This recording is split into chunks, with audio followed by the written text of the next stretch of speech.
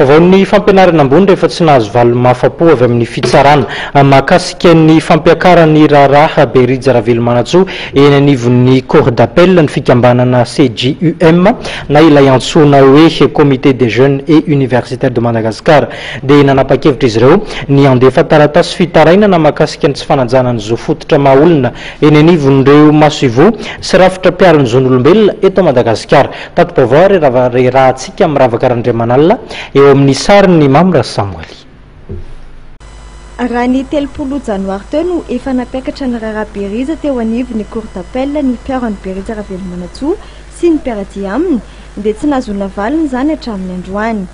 Anamafisana teraka ny sazo miantona nodidin'ny fitsarana ho an'ity filohan'ny fikambanany mpianatra CJUM ity dia nanatitra taratasy fitaraina ny nivon'ny masovo vahiny sampany firenena mikambana procureur de la République ary fikambanana piaron'ny zon'olombelona ny mpikambana eo anivon'ny CJUM omaly sy androany. Isan'ny nanateran'izy ireo ny fitarainana androany ny masovon'ny vondrona Europeanina ity akoron-drano. Ny zavatra mahagaga zany dia mipetraka foana ny tsy fanarahana ny zo fototra na ny liberté d'expression zany ny fahalalana amin'ny teny. Afatra ho an'ireo mpanondrana zanakin'ireo mpanondrana Bois de Rose sy ho an'ireo mpanambotra firenena sy ho an'ireo miteraka insécurité any amin'ny faritra samihafa manerana nosy izay matatsaka aina mihitsy.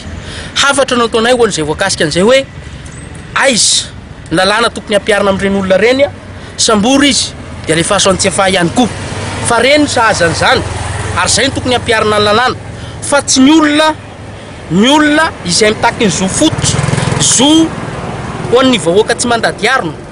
Ny lazam-bola anonetsika fitakiny ireto mpianatra ireto aorian'ny fivahana raharaha mikasika ny Beridza.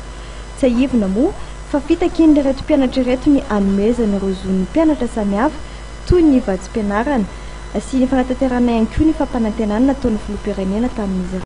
Mikasika ny anovana ny birao ny CJUM ho lasa birao fandinihana ny fanatsarana ny tontolo sosialy. Fa eo ihany koa moa ny fitakina mikasika ny fitadiavana vahaolana maharitra momba ny délestage.